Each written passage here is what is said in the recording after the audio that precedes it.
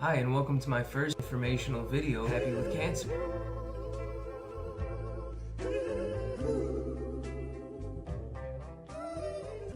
So this is an informational video based on some of my experiences with being bald.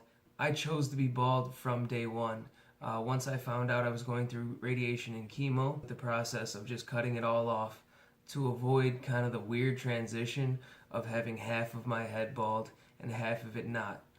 Currently, I am in week 4. These are some of the concerns that people have brought to my attention and things that I've dealt with so far.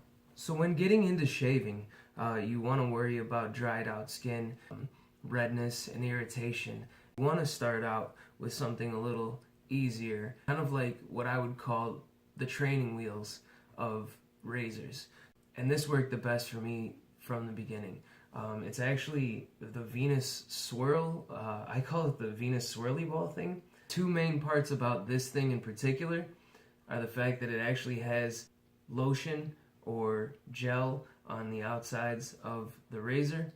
4 blades on it. The 5 and 6 blade end up being too bulky for something that's contouring around a weird spot in your head, especially something that you can't see in the back.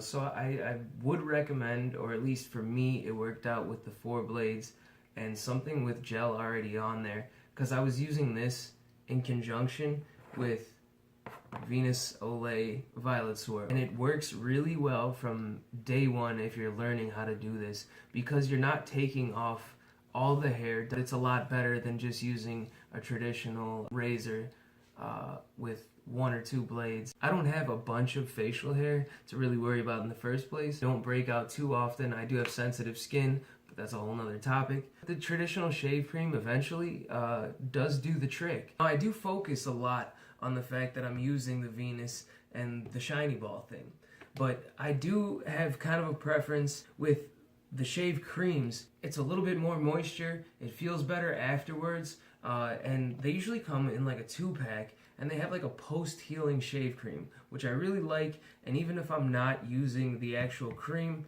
I'm using the post-healing shave balm. It helps with all the redness, and it makes me a little bit happier after a shave. So I don't want to delve too much into all the razors that I've tried, all the razors that are out there, because there's probably plenty. And if you want to, give me comments and give me some information on what I might be missing out on. I've tried the 5, I've tried the 4, I've tried the 3.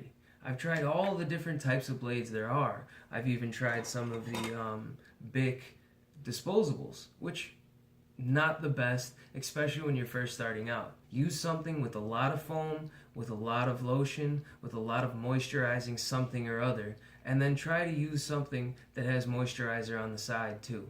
Week 3, week 4, week 5, you've done it enough times to where you're really getting comfortable, then you can start using probably your traditional razor that you use on your face. The only difference is that you have to see behind your head, and that's not easy to do unless you have a mirror. So here's the mirror. I have just a regular handheld mirror. You use it for the back of your head. After a while, you can do this in the shower and not have to use a mirror. But again, the first couple of weeks, try doing it because it'll pay off in the end. Moisture is key, especially if you're going through radiation and or chemo. After a few weeks, you get redness, you get scarring, you get some irritation on the skin, because you don't want to keep irritating something that's already irritated. Now when shaving, you're obviously going to want your preferred shave cream, shiny ball thing, mirror to be able to see behind your head, and then post-shave balm healing cream, which could also probably be substituted with any lotion of your choice, something with cocoa butter or moisturizer in it. So the first thing you're going to want to do is obviously wet your head.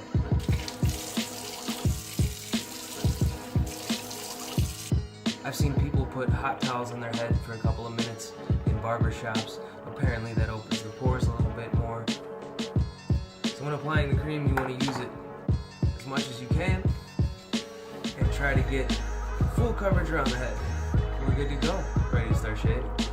So your preferred method is up to you. It's best if you're starting out to go with the grain instead of against the grain. Now for this portion, but more to show you that it's possible, I'm going to go ahead and use more of a traditional razor. This is a 5-blade from Gillette. Now, without having any of the strip on there, you have to be careful because you don't have the extra protection that you would normally have with the swirly ball. What I'm going to do is go slow, be concise about where I'm cutting, and be very, very careful not to cut myself.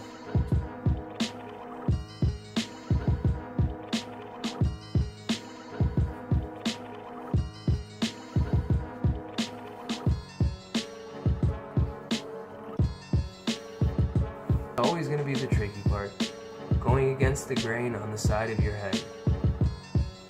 You really want to be careful not to drag and not to push too hard. And where my struggles come in particularly is right around my scar area. I don't want to gross you out and show you exactly where it is. You've probably seen it in another video. But I have to kind of contour around it. There's no pain, it's just a scar. But the problem is, the hair will grow in like hair normally does, right in the spots where it's hardest to get to. As you can see, I'm not looking at what I'm doing, but I am feeling, listening to the way the hair is cutting, and that's a good indication of how far down you've gone. So whether or not this video is informational, it helps me cope with some of the things I'm dealing with, to get some of the information that I've learned and retained throughout the course of this situation, and spread it out to others. Also, let my family know what's going on, so I appreciate it. My name is Josh.